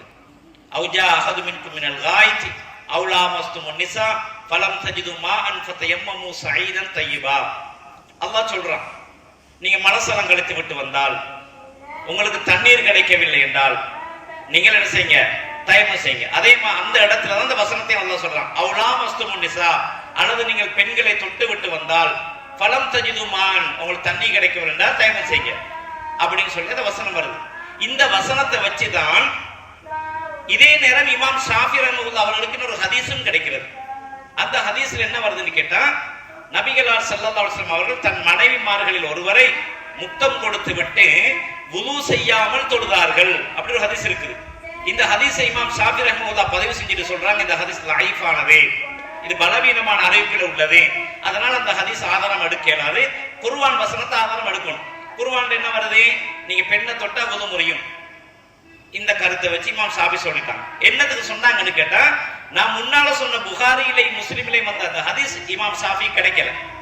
கிடைச்சிருந்தா அந்த குர்ஆனுக்கு முரணா என்ன செஞ்சிருப்பாங்க? அந்த ஆயத்தை விளங்கி இருப்பாங்க. குர்ஆனுக்கு முரண்படுறதாக அதை பார்த்து அதுக்கு ஒரு விளக்கம் சொல்லியிருப்பாங்க. ஆனால் கிடைக்காத காரணத்தினால், அவர்களுக்கு கிடைத்த ஹதீஸ் லைஃபாக இருந்ததனால் அந்த குர்ஆனுக்கு ஒரு அர்த்தம் வச்சார்கள். என்ன அர்த்தம் வச்சாங்க? பெண்ணை தொட்டா வுது முறியும் அப்படி வச்சாங்க. அந்த அர்த்தத்தை வச்சுட்டு சொல்லிட்டு அவங்க மௌத்தாயிட்டாங்க. ஆனா அந்த இமாம் ஷாஃபி ரஹ்மத்துல்லாஹி என்ன சொன்னாருங்கிறத பார்க்கணும். அந்த இடத்தை மட்டும் பார்க்க கூடாது. அவர் இன்னும் பல செய்திகள் சொல்லி இருக்கிறார். இதா குல்து கௌலன் யுகாலிஃபு கௌல ரசூலில்லாஹி ஸல்லல்லாஹு அலைஹி வஸல்லம் ஃபதருக்கு கௌலி இதா ஸஹல் ஹதீஸ் ஃபஹுவ மத்ஹபி. இது இமாம் ஷாஃபி ரஹ்மத்துல்லாஹி சொன்ன செய்தி. நான் ஏதாவது ஒரு கருத்தை சொல்லி நான் சொன்ன அந்த தீர்வு குர்ஆனுக்கும் சஹீஹான ஹதீஸுக்கும் முரணாக இருக்குமாக இருந்தால் ஃபத்ருக்கு கௌலி, நான் சொன்ன கருத்தை விட்டுடுங்க. இதா ஸஹல் ஹதீஸ் ஃபஹுவ மத்ஹபி, ஹதீஸுகள் சஹீஹாக இருந்தால் அதுவே என்னுடைய மதுஹப். அப்ப இமாம் ஷாஃபி ரஹ்மத்துல்லாஹி என்ன சொல்றாங்க? என்ற மதுஹப், என்ற போக்கு என்னன்னு கேட்டா சஹீஹான ஹதீஸை பின்பற்றுவதுதான். இமாம் ஷாஃபி ரஹ்மத்துல்லாஹி சஹீஹான ஹதீஸ் கிடைச்சால் அதுக்கு மாற்றம் செய்ய மாட்டார்கள், அதைத்தான் பின்பற்றுவாங்க. அப்ப ஏன் இந்த சஹீஹான ஹதீஸ் இருக்கும் பொழுது பெண்ணை தொட்டா வுது முறியும்னு சொல்லி கொடுத்தாரு? ஏன் கொடுத்தாருன்னு கேட்டா, இந்த ஹதீஸ் அவருக்கு கிடைக்கல, அவர் இந்த ஹதீஸை காணல, அதனால அந்த தீர்ப்பை கொடுத்தாரு. இமாம் ஷாஃபி ரஹ்மத்துல்லாஹி பின்னால வந்த இமாம் அஹ்மத் இப்னு ஹம்பலுக்கு இந்த ஹதீஸ் கிடைக்குது. இந்த ஹதீஸ் அவர் பார்க்கிறார், அதனால அவர் எழுதுறாரு, பெண்ணை தொட்டா வுது முறியாது, பெண்களை தொட்டால் வுது முறியாது. நம் முன்னால சொன்ன மாதிரி விளைக்கிறோம், பெண்களை தொடுறது ஹராம். அனுமதிக்கப்பட்ட பெண்கள் இருக்கிறாங்க தொடுறது, அவங்கள தொட்டா என்ன செய்யாது? வுது முறியாது. இப்ப இந்த கருத்தை இமாம் அஹ்மத் இப்னு ஹம்பல் ஏன் சொன்னாரு? இந்த ஹதீஸை வச்சு சொன்னார். ஆயிஷா நாயகர் ரசூலுல்லாஹ் தொட்டிருக்காங்க, ரசூலுல்லாஹ் தொழுது கொண்டிருக்கும் பொழுது ஆயிஷா நாயகி பாதத்துல தொட்டு இருக்கிறாங்க. அப்ப உது முறியும்ன்றது அவங்களுக்கு முறிஞ்சிருக்கும், முறியல். அப்ப இமாம் சாபிர் ரஹ்மத்துல்லாஹி அந்த அவங்க சொன்ன அந்த குர்ஆன் வயத்துக்கு என்ன கருத்து? இந்த ஹதீஸுக்கு முரண்பாடுது. அப்ப பெண்ணை தொட்டா உது முறியும்னு குர்ஆன் சொல்லுது. ஆயிஷா நாயகி ரசூலுல்லாஹ் தொடுறாங்க, ரசூலுல்லாஹ் ஆயிஷா இடத்துல தொடுறாங்க. அப்ப முறியலையா என்று கேள்வி வந்தால் அந்த இடத்துல நாங்க விளங்கணும். இப்ப இந்த ஆயத்தை பார்க்கணும், அதுக்கு என்ன கருத்தா இருக்கு அல்லது இந்த ஹதீஸுக்கு என்ன கருத்து தெளிவா வருது. ஆயிஷா இடத்துல ரசூலுல்லாஹ் தொட்டாங்க, ரசூலுல்லாஹ் தொடும் போது தொட்டாங்க, தெளிவா இருக்குது. அப்ப இந்த குர்ஆன் ஆயத்தை நம்ம பார்க்கணும், இந்த குர்ஆன் வசனத்துக்கு என்ன அர்த்தம் என்று பார்க்கணும். அப்ப குர்ஆன் நிச்சயமா சஹீஹான ஹதீஸுக்கு குர்ஆன் முரண்படவும் மாட்டாது, குர்ஆனுக்கு சஹீஹான ஹதீஸ் முரண்படவும் மாட்டாது. அதை முதல்ல புரிஞ்சுக்கணும். குர்ஆனுக்கு சஹீஹான ஹதீஸ் ஒரு காலம் முரண்படாது. முரண்படுற மாதிரி நமக்கு தெரியலாம், அது நம்முடைய விளக்கத்தில் உள்ள கோளாறு. எனவே நாங்க அதை சரியா வழங்கினால் குர்ஆன் சஹீஹான ஹதீஸ் முரண்படாது. ஏன் தெரியுமா? ரெண்டுமே அல்லாஹ் கிட்ட இருந்து வந்தது, ரெண்டும் அல்லாஹ் கிட்ட இருந்து வந்ததுதான். ஹதீஸாக இருந்தாலும் குர்ஆனாக இருந்தாலும் அது ரெண்டுமே வஹி. அதனால வஹியும் ஒரு போதும் முரண்படாது. லைஃபான பலவீனமான செய்திகள் முரண்படலாம், நம்பகமான அறிவிப்பு ஒரு காலம் குர்ஆனுக்கு முரண்படாது. அப்ப இந்த ரெண்டு வசனங்களை எடுத்தால் இந்த ஹதீஸ் புகாரியிலும் முஸ்லிமிலும் வரக்கூடிய, புகாரியிலும் முஸ்லிமிலும் வரக்கூடிய ஹதீஸ் தரத்தில் உயர்ந்தது. எனவே இப்ப இந்த குர்ஆன் ஆயத்துக்கு என்ன விளக்கம் என்று பார்க்கும் பொழுது, அந்த குர்ஆன் ஆயத்துக்கு என்ன பெண்ணை தொட்டால் என்று கருத்து கிடையாது. பெண்ணை தொட்டால் என்ற அர்த்தம் அதுக்கு இல்ல. ஏன் அர்த்தம் இல்ல? அந்த அர்த்தம் இல்ல அப்படின்னு கேட்டா, லாமச என்கிற சொல்லு ஃபாஅல என்ற ஒரு அரபு வசனத்துக்கு நிகரா வந்திருக்கு. உதாரணமா லரப என்று சொன்னா அடிக்கிறது, லாரப என்று சொன்னா ரெண்டு பேரும் அடிச்சுக்கிறதுக்கு சொல்றது. இவரும் அடிக்கிற அவரும் அடிக்கிறாங்க, லாரப என்ற வசனம் பாவிப்பாங்க. அதே மாதிரி லாமச என்று சொன்னால் நானும் தொட அவரும் என்னை தொடரும், ஆணுக்கால் தொட்டு கொண்டால் அதுக்கு லாமச என்று சொல்றது. அப்போ ஒரு பெண்ணும் ஆணும் மாறி மாறி தொட்டுக் கொள்றதுக்கு தான் லாமஸ் என்ற அரபு சொல்லுக்கு அர்த்தம் வைக்கும். ஆனால் அந்த அரபுகளுடைய காலத்தில் அந்த சொல்ல தவறான நடத்தைக்கு பாவித்திருக்கிறாங்க. அதாவது ஆணும் பெண்ணும் ஒரு கணவன் மனைவி சேருகின்ற அந்த உறவு முறைக்கும் பயன்படுத்தியிருக்கிறாங்க. ரசூலுல்லாஹ் காலத்துல ஒரு பெண்ணை பற்றி ரசூலுல்லாஹ் சொல்லப்பட்டுச்சு. அந்த பெண்ணை பற்றி சொல்லும்போது சொன்னாங்க, அந்த பெண் யார் என்று சொன்னால் லா ததா யதலாமிசின், தன்னை தொடுகின்ற எவரையும் அவள் தட்டிவிட மாட்டாள், தன்னை பிடிக்க வரும் எவரையும் அவள் தட்டிவிட மாட்டாள் என்ற அர்த்தம் என்னன்னா, கெட்ட நடத்தைக்கு அழைக்கும் எவரையும் அவள் வானாமல் தட்ட மாட்டாள் என்ற கருத்துல வந்திருக்கு. அப்ப அரபுகளிடத்துல அந்த காலத்தில் அந்த சொல்லுக்கு அந்த அர்த்தம் பாவிச்சிருக்கிறாங்க. அடிப்படையில இமாம் அஹ்மது இப்னு ஹம்பல் என்ன விளக்கம் கொடுக்கிறார் என்றால், இச்சையோடு உணர்வோடு ஒரு ஆணும் பெண்ணும் தொட்டுக்கொண்டால் உது முறிந்துவிடும். சாதாரணமாக தொடுவதனால் என்ன செய்யாது? உது முறியாது. இது பெரிய உதாரணம் ஏன் சொன்னேன் என்றால், இப்படியான கருத்து வேறுபாடுகள் தான் இமாம்களிடத்திலே உண்டானது. நீங்க எந்த ஒரு கருத்து எடுத்தாலும் தொழுகையை சுன்னத்துன்னு சொல்றவங்க இருக்க மாட்டாங்க. லுகர் தொழுகை சுன்னத்துன்னு யாரும் சொல்ல மாட்டாங்க. லுகர் எல்லார்ட்டையும் ஃபர்து தான், அஸ்ர் எல்லார்ட்டையும் ஃபர்து தான். அப்ப பொதுவாக நாங்க பார்க்கும் பொழுது குர்ஆனிலையும் ஹதீஸிலையும் சரியாக சொல்லப்பட்டவைகள், தெளிவாக இது இப்படித்தான் அது அப்படித்தான் தெளிவாக சொல்லப்பட்ட விடயங்களில் யாரும் முரண்படக்கூடாது. முரண்பட்ட வழிகேடு. தெளிவாக சொன்ன விடயங்களில் நாம் முரண்படக்கூடாது. அப்படி யாரும் முரண்பட்டதும் இல்லை அறிஞர்கள். அப்ப தெளிவில்லாமல் வந்த விடயங்களில் தான் என்ன செய்வார்கள்? முரண்பட்டுக் கொள்வார்கள். தெளிவில்லாத விடயங்களில் முரண்பட்டு. இன்னொரு உதாரணம் சொல்லலாம் உங்க லேசா விளங்குறதுக்காக. இன்னைக்கு முரண்பாடு இருக்குது, சுஜூது செய்யறோம் தொழுகையில. இன்னைக்கு நவீன காலத்தில் உள்ளது பிரச்சனை. சுஜூது செய்யும் பொழுது ஒரு மனிதன் முதலில் காலை வைக்கணுமா கையை குத்தணுமா என்றால் ரெண்டு விதமான கருத்துகளும் இன்னைக்கு மாறி மாறி நெட்டுகள்ல, யூடியூப்கள்ல, பேஸ்புக்ல ஒருவர் எதிர்த்து ரெண்டு தரப்பால் எழுதி கொண்டே இருக்கிறாங்க. காலை வைக்கிறியா கையை வைக்கிறியா, காலை வைக்கிறியா கையை வைக்கிறியான்னு. காலை வைக்க சொல்லி ஹதீஸ்ல ஒரு இடம் வரல. அந்த ஹதீஸை புரிஞ்சதில் உள்ள பிரச்சனை. அப்ப ஒன்று நான் முன்னுக்கு சொன்ன மாதிரி ஹதீஸ்கள் குர்ஆன் வசனத்துக்கு அர்த்தம் செய்யும் பொழுது சில நேரம் தவறி விடுவார்கள். இப்ப இந்த ஹதீஸ்லயே அதே போன்ற ஒரு தவறு விடுபட்டு இருக்கிறது. என்னன்னு கேட்டா, ரசூலுல்லாஹ் ஒரு ஹதீஸ் அபூதாவுதுல வருது, ஒட்டகம் உட்காருவதை போன்று நீங்கள் உட்கார வேண்டாம், ஒட்டகை உட்காருவதை போன்று நீங்கள் உட்கார வேண்டாம். வல் யல்லா யதைஹி கப்ல ருக்பதைஹி, இத ரசூலுல்லாஹ் சொன்ன வாசகம். வல் யல்லா யதைஹி கப்ல ருக்பதைஹி, ருக்குபாவுக்கு முன்னர் கையை வையுங்கள். ரசூல் சொன்ன வாசகத்தை நல்லா முதல்ல புரியும். வல் எல்லாம் எதைகி, எதைகினா 2 கையையும் வையுங்கள். கபல ருக்குபத்தைகி, ருக்குபாவுக்கு முன்னால வைங்கன்னு சொன்னாங்க. இந்த ஹதீஸ விளங்கப்படுத்துற நேரத்தில் எல்லாரும் சொல்ற வாசகம் என்ன தெரியுமா? கைக்கு காலுக்கு முத கையை வைங்கன்னு ரசூல் சொன்னாங்க. கைக்கு முத காலுக்கு முத கையை வைங்கன்னு சொன்னாங்க. அப்படின்னு சொல்லி ஒட்டகம் எப்படி உட்காருதுன்னு பாக்குறது. முதல்ல ஒட்டகம் கையத்தான் வைக்கிறது கீழே. அதனால ஒட்டகத்துக்கு மாற்றமா நீங்க செய்யுங்கன்னு ரசூல் சொன்னாங்க. அதனால ஒட்டகத்துக்கு மாற்றமா நாம உட்கார்றதா இருந்தா முதல்ல காலத்தான வைக்கணும். நியாயமா தான் படும். ஏன்னா அர்த்தம் செஞ்சது பில, அதனால நியாயமா தான் படும். அது பாருங்க, ஒட்டக உட்காருவதை போன்று நீங்கள் உட்கார வேண்டாம் ரசூல் சொன்ன வாசகம். முதலாவது அதை புரிஞ்சுக்கணும். ஒட்டகத்துக்கு மாற்றமா உட்காரணும். அப்ப ஒட்டகம் எப்படி உட்காருதுன்னு பார்க்கணும். ஒட்டகம் எப்படி உட்காரும்? முன்னுக்கு இருக்கிற கால் குத்து முதல்ல 4 கால் மிருகத்தை பார்த்தா விளங்கும். முன்னுக்கு இருக்கிற எண்ணத்தை குத்தித்தான் அதுக்கு ஒரு பின்னு குளத்தை வைக்கும். அப்ப எப்படி விளங்குறாங்கன்னா, முதல்ல ஒட்டகம் கையை குத்துது, அதுக்கு பிறகு காலை வைக்குது. அந்த ஒட்டகத்துக்கு மாற்றமா நம்ம செய்யறதா இருந்தால் கையை குத்தாம நாங்க முதல் காலை வைக்கணும். இப்படித்தான் இமாம் நவவி ரஹ்மத்துல்லாஹி அவர்கள் கூட சொல்லிவிட்டு சொல்லுகிறார்கள். இந்த ஹதீஸுடைய யாரோ ஒரு அறிவிப்பாளர் குழப்பி சொல்லிட்டாரு. முழு தரீப், இந்த ஹதீஸ் முழு தரீப், ஏதோ ஒரு அறிவிப்பாளர் குழம்பி இதை அறிவிச்சிருக்கிறாரு சொல்றாரு.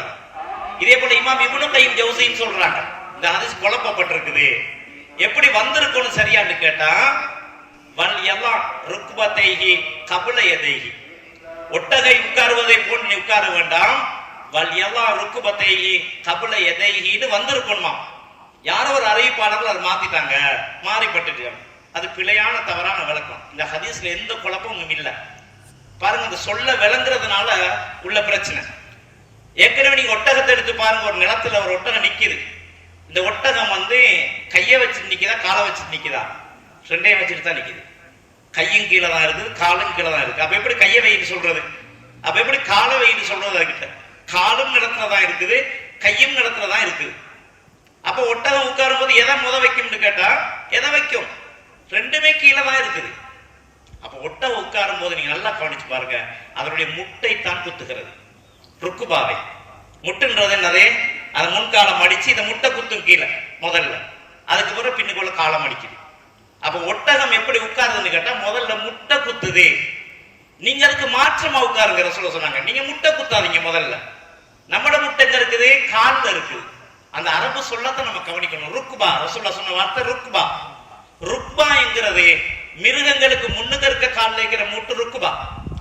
மனிதனுக்கு கால்ல இருக்கிறது ருக்பா. கையில இருக்கிறதுக்கு பேரு மிர்ஃபக், இதுக்கு பேரு மிர்ஃபக். கால்ல இருக்கிறது பேரு ருக்பா. ரசூலுல்லாஹ் அந்த ஹதீஸ்ல சொல்றாங்க, ஒட்டகையை போன்று உட்காராத. ஒட்டகம் முதல்ல எதை குத்துதே? ருக்பாவை. நீ ருக்பாவை வைக்காத, அதுக்கு மாற்றமா கையை வைக்கல. இவ்வளவுதான் ஹதீஸ் புரிஞ்சிருக்கு. அப்ப அந்த சொல்லு மாற்றிப்பட்டதுனால கருத்து வேறுபாடு. அப்ப மிருகங்களுடைய முன்னுக்கு இருக்கிறது அந்த மடிப்புக்கு பேர் ருக்குபா. என்ன ஆதாரம்? புகாரியில் ஒரு ஹதீஸ் வருது. சுராக்கா ரசூலுல்லாஹ்வை விரட்டி கொண்டு வாராரு, குதிரையில விரட்டி கொண்டு வாராரு. அந்த நேரத்தில் அவர் குதிரை கீழே விழுந்து அவர் அதுல கால் புதையுது. அவர் எப்படி சொல்றாருன்னு கேட்டா, என்னுடைய குதிரையின் 2 கைகளும் மண்ணுக்குள் புதைந்து விட்டது. ஹத்தா பலகத்தா ருக்குபத்தை, 2 ருக்குபாக்களும் புதைகின்ற அளவுக்கு அதனுடைய 2 கைகளும் புதைந்து விட்டது. அப்ப ருக்குபா எங்க இருக்கு? மிருகங்களுக்கு கையில இருக்குது.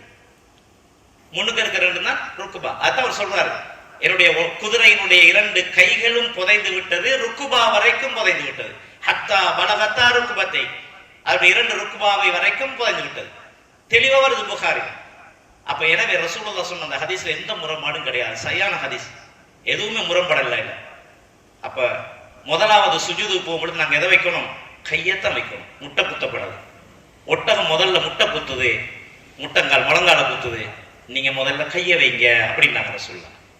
அப்ப பாருங்க, இந்த ஹதீஸ்ல அந்த ஹதீஸை விளங்க போனதுனால அப்ப எப்படி யோசிக்கிறாங்கன்னு கேட்டா, மிருகம் காலத்தான முத வைக்குது, கையத்தான குத்துது முத.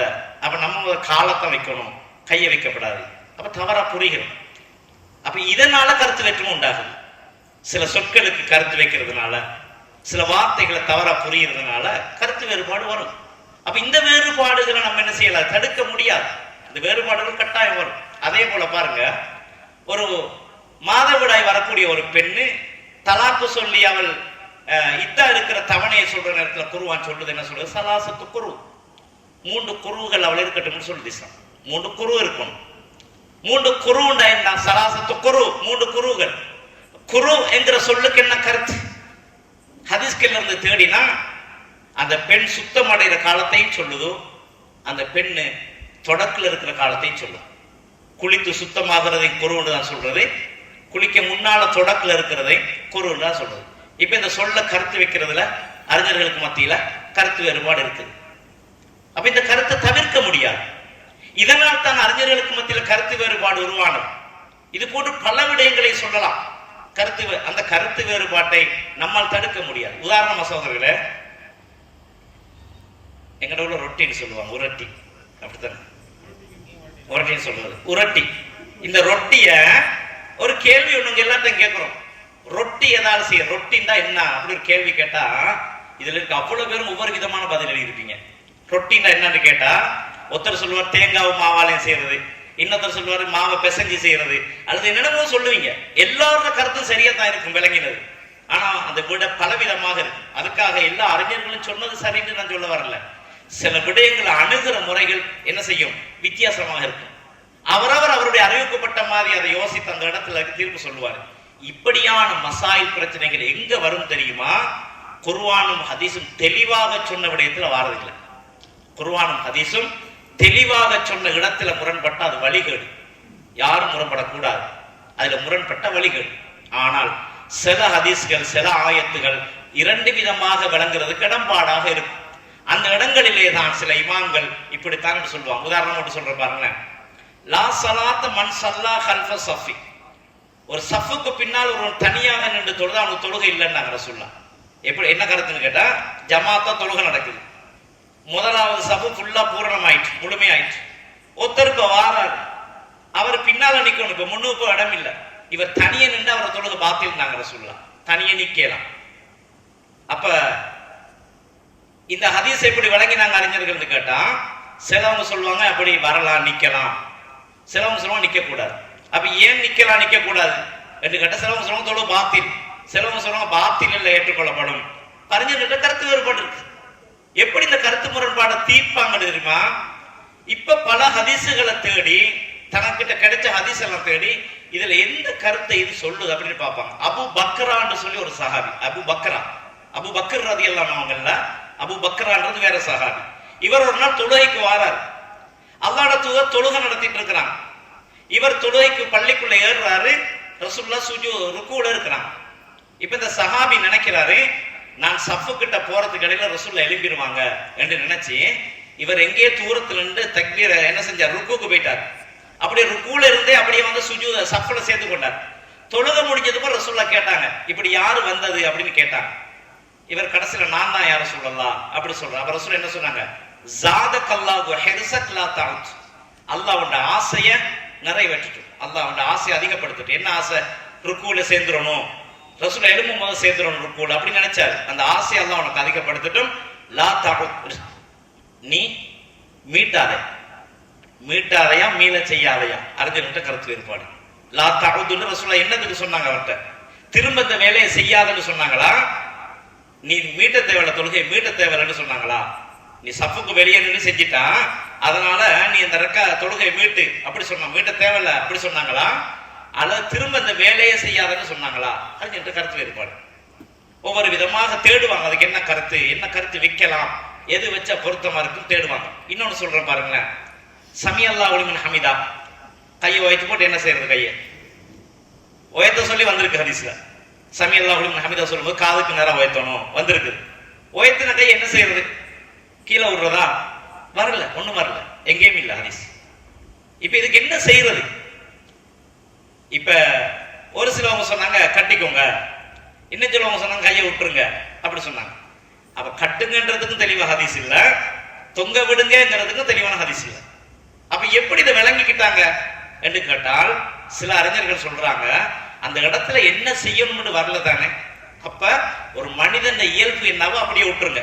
ஒரு மனிதன் இயல்பு வந்து நின்றா சும்மா நிற்போம், அப்படி கையை விட்டுட்டு கட்டிட்டு நிக்கிறல்லையே விட்டுட்டு நிற்போம். அந்த இடத்துல கையை என்ன செய்யணும்னு சொல்லப்படாததுனால ஒரு மனிதனுடைய வளமையான இயல்புல நின்றுக்கோங்க கையை விட்டுட்டு, அப்படி சொன்னாங்க இமாம் ஷாஃபியாக்கள் மாலிக்கியெல்லாம் சொன்னாங்க. இமாம் அஹமது இப்னு ஹம்பல் என்ன சொன்னார் தெரியுமா? இல்ல, கையை கட்டிக்கோங்க. ஏன் கட்டிக்கோங்கன்னு கேட்டா, ஹதீஸ் வருது நசாயில, சுனன் நசாயில வருது, இதாக்கான காயிமன் ஃபி ஸலாத், அல்லாஹ்வுடைய தூதர் தொழுகையில் நின்று கொண்டிருந்தால் வலது கையை இடது கையின் மீது வைத்துக் கொள்வார். வலது கையை இடது கையால பிடிச்சுக் கொள்வான்.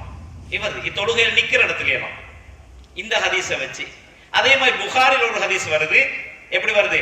கானன்னாசு யுமரும் ஐயதா யதகுல் யும்னா அலா யதில் யுஸ்ரா ஃபி ஸலாம், தொழுகையில் இருக்கும் பொழுது ஒரு மனிதன் தன்னுடைய வலது கையை இடது கையின் மீது வைக்குமாறு ஏவப்பட்டான். தொழுகையில் இருக்கும் பொழுது கை இப்படித்தான் இருக்கணும், ஏவப்பட்டிருக்கிறான். வலது கையை இடது கை வச்சிருக்கணும், ஏவப்பட்டிருக்கு.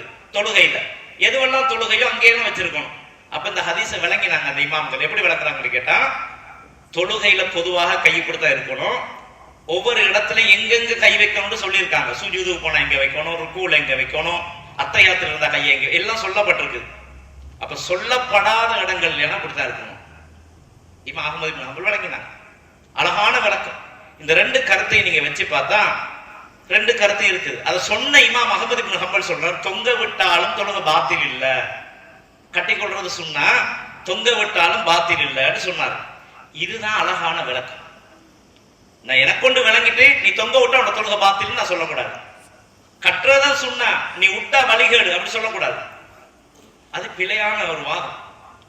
அப்ப நம்ம என்ன பார்க்கணும்னா, ரெண்டு பேரோட ஆதாரத்தையும் பார்க்கணும். அவர் ஏன் தொங்க விடுண்டாரு, இவர் ஏன் கட்ட சொன்னாரு, ரெண்டையும் பார்க்கணும். ரெண்டையும் பார்க்கும் பொழுது நமக்கு ஒரு தெளிவு உண்டாகும். எப்படி உண்டாகும்? கட்ட சொன்னவர் ஹதீஸ் வச்சிருக்காரா, தொங்க விட சொன்னவர் ஹதீஸ் வச்சிருக்காரா, யாருக்கிட்ட ஹதீஸ் இருக்குன்னு பார்க்கணும். அப்ப பார்த்தா ரெண்டுக்கும் ஹதீஸ் இல்லையா? இப்ப இந்த சொன்ன கருத்துல எந்த கருத்து ஹதீஸுக்கு நெருக்கமா இருக்குன்னு பார்க்கணும். இப்ப ஏண்ட பார்வையில் என்ன நெருக்கமா இருக்குது? கட்டிக்கிட்டு இருக்கிறது தான் நல்லதா படுது. கட்டிக்கிட்டு இருக்கிறோம். எனக்கு பக்கத்துல ஒருத்தர் விட்டுட்டு இருக்கிறாரு, வழிகட்டு வைக்கிறான் நான் சொல்றான், விதத்தில் செய்யறான்னு சொல்றியா? சொல்லக்கூடாது. ஏன் சொல்லக்கூடாது என்றால், ஏண்டதை சரியா சொல்றது எனக்கே தெளிவான ஹதீஸ் இல்ல. நான் என்ன விளங்கி வச்சிருக்கேன்னு கேட்டா, கட்டி கொண்டு இருக்கிறது ஏற்றமானதுன்னு விளங்கி இருக்கிறேன், ஹதீஸுக்கு நெருக்கமானதுன்னு விளங்கி இருக்கிறேன். அவர் விளங்கி வச்சிருக்கிறாரு, அது வராததுனால விட்டுட்டு இருக்கிறதும் சரின்னு விளங்கி வச்சிருக்கிறார். என்ன பிரச்சனை?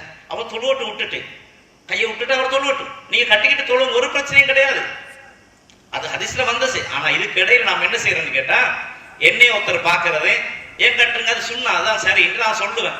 அப்போ அவர் அதை சொன்னா நேற்று கூட அவர் கேசுவார், வழிகட்ட செய்யறான், விதத்தில் இருக்கிறான். அப்ப இந்த விடயங்கள்ல கவனமாக நம்ம இருக்கணும். யாரையும் குஃபர் வழிகேடு அப்படின்ற தீர்ப்பு நம்ம சொல்ல போறது மிச்ச நிதானம் இருக்கணும். நாம உண்ட வழிகேடு என்று சொல்றதா இருந்தால் அது தெளிவான குர்ஆன் ஹதீஸில் உள்ளதுக்கு முரணாக அவர் நின்றா மட்டும்தான் வழிகேடு. அதனால சகோதரர்களை சொல்றேன், இப்படியான முரண்பாடுகள் நம்மை சின்ன பின்னமாக்கி துண்டு துண்டாக பிரிச்சு நம்ம சக்தியெல்லாம் இல்லாமாக்கி நம்மளோட பலமெல்லாம் இல்லாமாக்கி நம்ம எல்லாத்தையும் வைத்து நிற்கிறோம். எனக்கு பின்னால் ஒரு கூட்டம் இருக்கிறான், அங்கால இன்னொரு கூட்டம் இருக்கிறான். எனக்கு ஒரு துன்பம் வரும்போது இன்னும் கொஞ்சம் போட்டு கொடுத்து இவனை இல்லாமக்கணும்னு அந்த கூட்டம் நினைக்கிறான். என்ன பிரச்சனை? இதெல்லாம் சின்ன சின்ன மசாயில் பிரச்சனை சகோதரர்களை. இது ரசூலோட காலத்துல இருந்துச்சு, சஹாபாக்களுக்குள்ள இருந்துச்சு. அவங்களுக்குள்ள ரெண்டு சஹாபாக்கள் ரசூல் ஒரு தேவைக்கு அனுப்பினாங்க. அனுப்புற நேரத்தில் அந்த சஹாபி கிட்ட சொன்னாங்க, குறிப்பிட்ட இடத்த சொல்லி இன்ன இடத்தில் போயிட்டு தான் நீங்க அசர் சொல்லணும்னாங்க. ரசூல் சொல்லி அனுப்பினாங்க. எனக்கு அது ஞாபகம் இல்லாதனால செய்தியை மட்டும் சொல்றேன். ரெண்டு சஹாபி அனுப்பிட்டு ரசூல சொல்றாங்க, நீங்க ரெண்டு பேரும் போய் இன்ன இடத்துல அசர் சொல்லணும்னாங்க. ரெண்டு சஹாபாக்கள் போனாங்க. போகும்போது அந்த இடத்துக்கு போறதுக்கு முன்னால அசர் நேரம் ஆயிடுச்சு. அந்த இடத்துக்கு போய் சேர்றதுக்கு முன்னால அசருக்குரிய டைம் வந்துட்டு. ஒரு சஹாபி சொன்னாரு, ரசூல்லா அங்க போய்த்து தான் அசர் தொழ சொன்னேன், நான் அங்க போய் தான் தொழுவேண்டாரு. இவர் சொன்னாரு, அது ரசூல் அங்க போய்த்து தொழ சொல்லல, அசராவுக்குள்ள நீங்க அங்க பெய்த்துறணும், அவ்வளவு அவசரமா போங்கன்னு தான் ரசூல சொன்னாரு. மத்த சஹாபி விளங்கினார். ரெண்டு பேருக்கு முரண்பாடு வந்துட்டு இவர் இங்க தொழுதாரு, அவர் அங்க போய்த்து தொழுதாரு. முடிச்சுட்டு ரசூலாட்ட பிறகு வந்து விஷயத்தை சொன்ன ரசூலா சொன்னாங்க, ரெண்டு பேரும் செஞ்ச சரிதான், ஏன் நீ இப்படி விளங்கினா அவர் அப்படி விளங்கினா, ரெண்டு விளங்குற மாதிரி தான் அது இருக்கு. இந்த இடத்துல முரண்படக்கூடாது சகோதரர்களே. இந்த இடத்துல தான் சண்டை பிடிக்கணும். இந்த இடத்துல தான் நம்ம சண்டை பிடிக்கணும். ஒரு ஃபர்லை விட்டால் நம்ம சண்டை பிடிச்சா அதுக்கு ஒரு அர்த்தம் இருக்கு. எனவே அன்பு சகோதரர்களே, நிறைய செய்திகள் இப்படி சொல்லலாம். இவ்விடத்துல நான் வந்த தலைப்பு வந்து ஒற்றுமை. ஒற்றுமையை குலைக்கின்ற ஒரு விஷயமாக இது இருக்குது. அதனால இஸ்லாம் வலியுறுத்திய ஒன்று. இஸ்லாம் எதை சொல்லுது? ஒற்றுமையாக இருக்க சொல்லுது. பிரியாதீங்க, பலம் இழந்துருவீங்க, சக்தி போயிடும். இந்த பாதிப்பை நாங்கள் எங்கள் ஊர்களில் கண்டதுனால சகோதரர்களை உங்களுக்கு நான் சொல்லி வைக்கிறேன். பிரியாதீங்க. சின்ன சின்ன கருத்து வேறுபாடு அவர் அந்த கருத்தில் இருக்கட்டும், அவர் இருந்துட்டு செய்யட்டும். அது வழிகேடு இல்லை, அது குஃபரு கொண்டு போவாது, அது சிறுக்கு கொண்டு போவாது. அது ஒரு விளக்கம். அது செஞ்சுட்டு போகட்டும், பக்கத்துல இருந்து செய்யட்டும். நீங்க கண்டுகொள்ளாம விடுங்க. அவர் விளங்கி இருக்கிறார், அது சொன்னாங்க. நீங்க விளக்கிறீங்க, எது சொன்னாங்க. உங்களோட கருத்தை அவருக்கு விளங்கப்படுத்துங்க, தெளிவுபடுத்துங்க. இப்படி ஹதீஸ்ல இருக்குது, அதுக்கு முரண்படாதீங்க. இதுதான் இமாம்கள் செஞ்சாங்க. இமாம்களோட பேரை சொல்லி சொல்லியே நாம சண்டை பிடிக்கிறோம். எந்த இமாமும் சண்டை பிடிக்க சொல்லல. எந்த இமாமும் ஹதீஸுக்கு முரணாக எங்களோட கருத்து இருந்தா நீங்க பின்பற்றுங்க நம்ம சொல்லவே இல்லை. எங்களோட கருத்துக்கு முரணாக ஹதீஸை கண்டா எங்களோட கருத்தை வீசுங்கன்னு தான் சொன்னாங்க இமாம்கள் எல்லாம். இமாம் மாலிக் ரஹ்மஹுல்லா அவர்கள் ரசூலுல்லாவுடைய கபரடியில் இருந்து சொன்னார்கள், எந்த மனிதன் எந்த வார்த்தையை சொன்னாலும் அவருடைய வார்த்தையில் ஏற்றுக்கொள்ளப்படக்கூடியது இருக்கிறது, மறுக்கப்படக்கூடியது இருக்கிறது. உலகத்துல யாரு சொன்னாலும், யார் ஒரு வார்த்தையை சொன்னாலும் அவன் ஒரு புத்தக மனிதனா இருந்தா அந்த புத்தகத்துல சில விஷயம் ஏற்றுக்கொள்ளலாம், சில விஷயத்தை நம்ம மறுக்கத்தான் செய்வோம். ஒரு 5 கருத்து சொன்னாரா இருந்தா அந்த கருத்துல நாங்க என்ன செய்வோம், ஒரு 4 கருத்தை ஏற்றுக்கொள்வோம், ஒரு கருத்தை தள்ளி விட்டுருவோம், அது பிள்ளை. அப்ப இந்த மாதிரி சொல்றாங்க இமாம் மாலிக், யாரு உலகத்துல எந்த கருத்தை சொன்னாலும் அதில் ஏற்றுக்கொள்ளப்படக்கூடிய கருத்தும் இருக்கும், மறுக்கப்பட வேண்டிய கருத்தும் இருக்கும். இல்லா சாஹிபஹாதல் கபரி, ரசூலோட கபரை காட்டி சொன்னாங்க.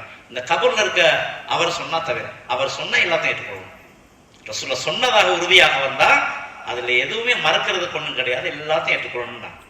அதனால எந்த இமாமும் என்னுடைய கொள்கையை பின்பற்றுங்கன்னு சொல்லல, என்னுடைய போக்கு பின்பற்றுங்கன்னு சொல்லல. எல்லா இமாம்களும் சொன்ன கருத்தை நான் கேட்டால், இதா சஹல் ஹதீஸ் ஃபஹு மதுஹபி. இமாம் அஹ்மத் இப்னு ஹம்பல் தெளிவா சொன்னார், லா துகல்லிதுனி, என்னை பின்பற்ற வேண்டாம். வலா துகல்லிது ஷாஃபிய வலா சௌரிய வலா ஔஸாஇய, இமாம் ஷாஃபியை பின்பற்றாதீங்க, இமாம் ஔஸாஇயை பின்பற்றாதீங்க, இமாம் சுஃபியான பின்பற்றாதீங்க, என்னையும் பின்பற்றாதீங்க. இமாம் மாலிக் சொன்னார். அப்ப யாரை பின்பற்றுங்க? ஹுதுமா அஹது, எங்கிருந்து அவர்கள் சட்டங்களை சொன்னார்களோ அங்கிருந்து விளங்கி நீங்கள் பின்பற்றுங்க. எங்கிருந்து சட்டத்தை சொன்னாங்க? குர்ஆன்லையும் ஹதீஸ்ல இருந்து அவங்க ஆதாரம் எடுத்தாங்க, அங்கிருந்து நீங்க எடுங்கன்னாங்க. அதனால இமாம்களை நாங்க எதுக்கு பயன்படுத்துறோம்னு கேட்டால், ஒரு கருத்தை இமாம் சொல்லியிருந்தா ஒரு 4 இமாம்கள் நாங்க தேடி பார்த்தா 4 கருத்து வந்திருக்குன்னு சொன்னா 4 இமாம்களும் என்ன ஆதாரத்தின் அடிப்படையில் இதை சொன்னாங்க, இதை நாங்க பார்க்கணும் கட்டாயம். என்ன ஆதாரத்தின் அடிப்படையில் இதை சொல்லி இருக்கிறாங்க, அவங்க வச்ச ஆதாரங்கள் எப்படி இருக்குது, சரியா இருக்குதா, லைஃபா இருக்குதா, அல்லது அதுல விளக்கம் பிள்ளையா இருக்குதா. நான் முன்னால சொன்ன மாதிரி அந்த ஒட்டகத்தை விளங்கின மாதிரி விளங்கி இருக்கிறாங்களா, யாரு சரியான கருத்தை சொல்லி இருக்கிறாங்க, எது குர்ஆனுக்கு நெருக்கமா இருக்குது, எது ஹதீஸுக்கு நெருக்கமா இருக்குது, அந்த கருத்தை ஏற்றுக்கொள்ளும். ஆனால் சரீஹான குர்ஆனுக்கும் ஹதீஸுக்கும் நாங்கள் முரண்பற்றக்கூடாது. தெளிவாக குர்ஆனோட சொல்லுமா இருந்தால் அதுக்கு முரண்பட்டுட்டோம் என்றால் அது நம்ம வழிகேடு தான். அல்லாஹ்வுக்கு முரண்படுறோம். அல்லாஹ்வோட தூதர் சொன்ன ஒரு வார்த்தைக்கு நம்ம முரண்படக்கூடாது. தெளிவாக ரசூலுல்லாஹ் சொல்லுவாங்களா தான் இருக்கும். 2 கருத்துக்கும் இடம்பாடான ஒரு வார்த்தை வருதா இருந்தால் அவர் விளங்குற மாதிரி உங்களுக்கு விளங்கலாம். பாருங்க, நாங்க சண்டை பிடிச்சி நீ வழிகேட்டில் இருக்காண்டு அவனை தள்ளி விட்டுடுறோம், நீ குஃபுர்ல இருக்காண்டு இவனுக்கு தீர்ப்பு சொல்லிடுறோம். இத மாதிரி நாங்க நடந்து கொள்றோம். ஆனா ரசூலுல்லாஹ் என்ன சொல்றாங்க பாருங்க, இதஜ்தஹதல் ஹாக்கிம் வைன் அஸாப ஃபலஹு அஜ்ரான் வைன் அக்தா ஃபலஹு அஜ்ருன் வாஹித். ஒரு மனிதன் என்ன செய்யறான், ஒரு முஜ்தஹித், மார்க்கத்தை நல்லா ஆய்வு செய்யக்கூடிய ஒரு முஜ்தஹித் என்ன செய்யறாரு, ஒரு சட்டத்தை ஆய்வு செய்யறாரு. அந்த ஆய்வுல அவர் சரி கண்டுட்டால் அவருக்கு 2 கூலி, தவறு வச்சுட்டா அவர் தண்டனை இல்லை. மார்க்கத்துல சரியானதை காணணுங்கிறதுக்கான ஆய்வு செஞ்சதுக்கு ஒரு கூலி இருக்குது. இதைத்தான் நாங்க பார்க்கணும். கிரியேட்டிவிட்டி சேனலை லைக் பண்ணுங்க, கமெண்ட் பண்ணுங்க, ஷேர் பண்ணுங்க, சப்ஸ்கிரைப் பண்ணுங்க, கூட இருக்கிற பெல் பட்டனை அழுத்திடுங்க.